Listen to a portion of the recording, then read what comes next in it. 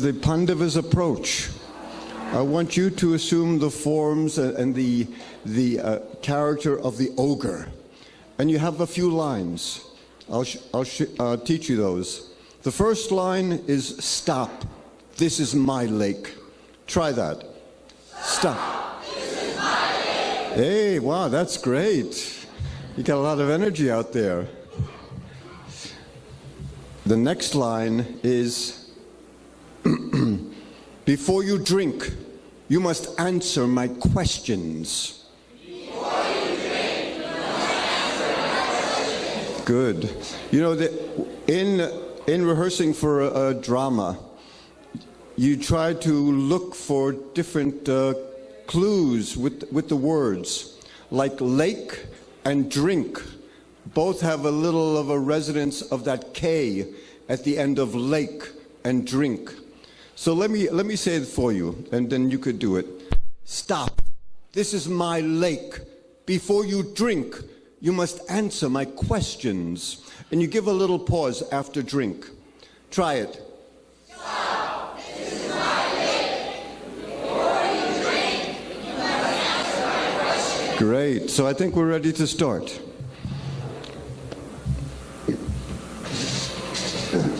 And also for the effect of the ogre,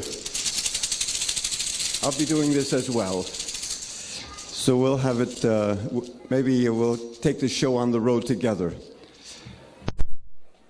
So the Pandavas, as you know, they were banished into the forest in exile for many, many years.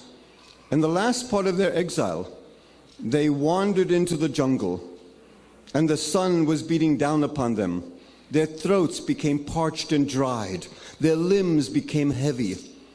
They went on for mile after mile. Finally, they were so fatigued, they took shelter under the shade of a tree. Yudhisthira raised his hands. He felt a slight breeze coming from the south. Surely, there was water in that direction. One of the Pandavas scurried up a tree, and he looked down to the south.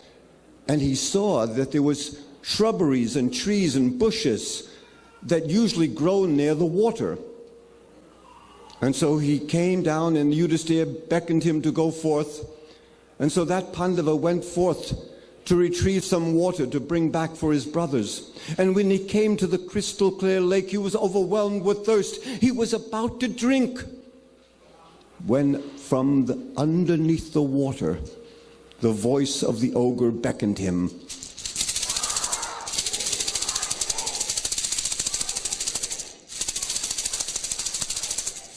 Now that Pandava, he did not heed the voice. He dismissed the voice and he drank the water. And the ogre, he poisoned that water, and the Pandava fell dead by the side of the lake.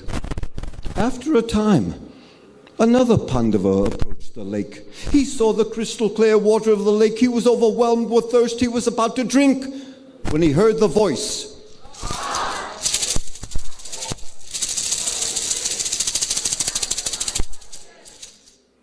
That Pandava also did not heed the voice. He drank the water and fell dead by the side of the lake.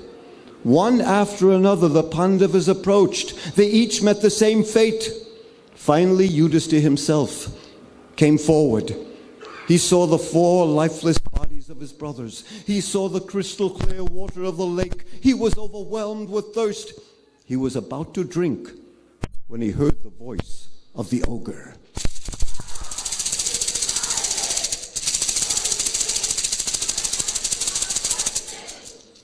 Now Yudhisthira was wise and self-controlled. He did not drink the waters.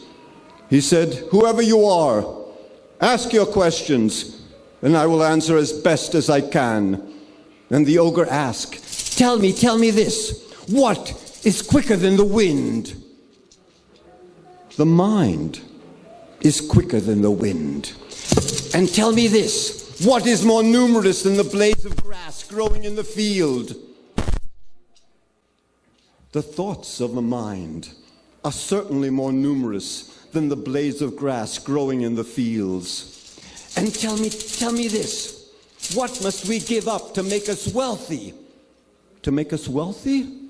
We must give up our desire for riches, for fame, for adoration. And then we can find true wealth within. And tell me this. What is our greatest possession? Our greatest possession is knowledge of things to come. And tell me, what is heavier than the earth and the mountains? The love of our mother, the words of our father. And tell me one last thing. What is the most wonderful thing in this world? The most wonderful thing? We see our 4 brothers dead before us. Indeed, all life is rushing into the mouth of death. But we think we will live forever. What could be more wonderful than this? And now the ogre came from beneath the water of the lake and revealed himself. Actually, it wasn't an ogre at all.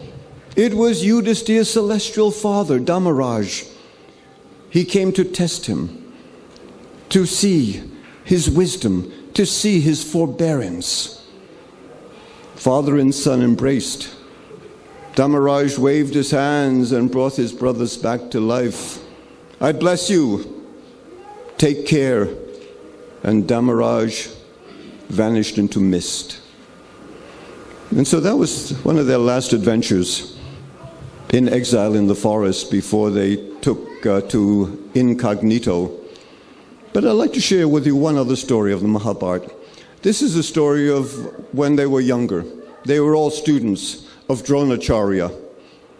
And Dronacharya, he wanted to see who was actually qualified to become a leader.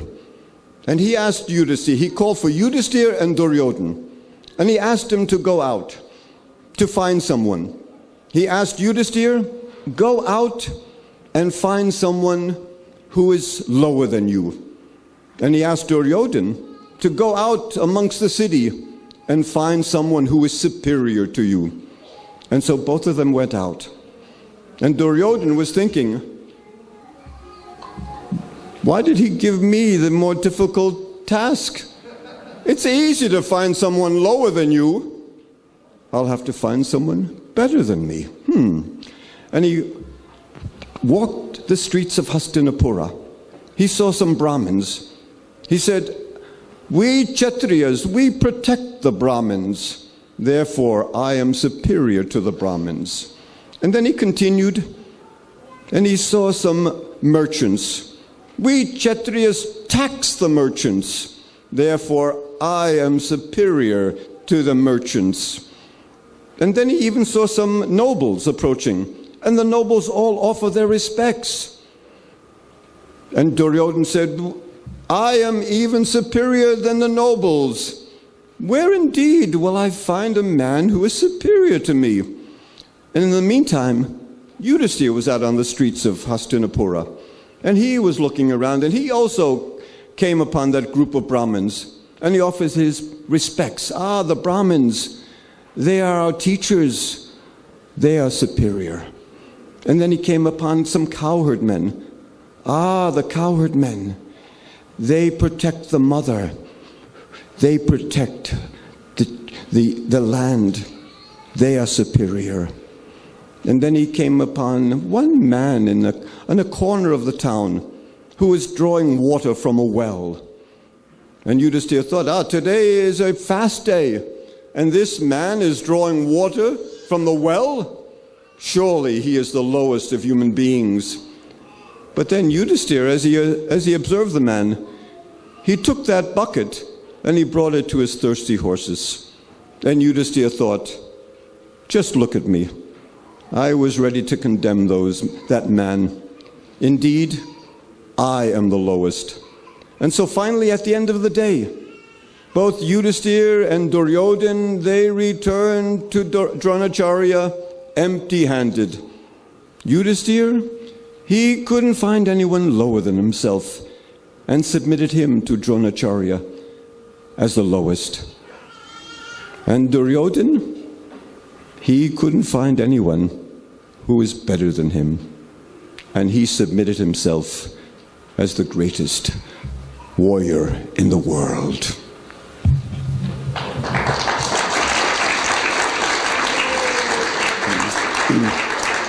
This is my award-winning book, Mahabharata, The Eternal Quest. Actually, a couple of years back, I got what is called a Next Generation Indie Book Award for my publication. And just to give myself a plug, I'll be out here at the table if you'd like to take a look. Thank you so much.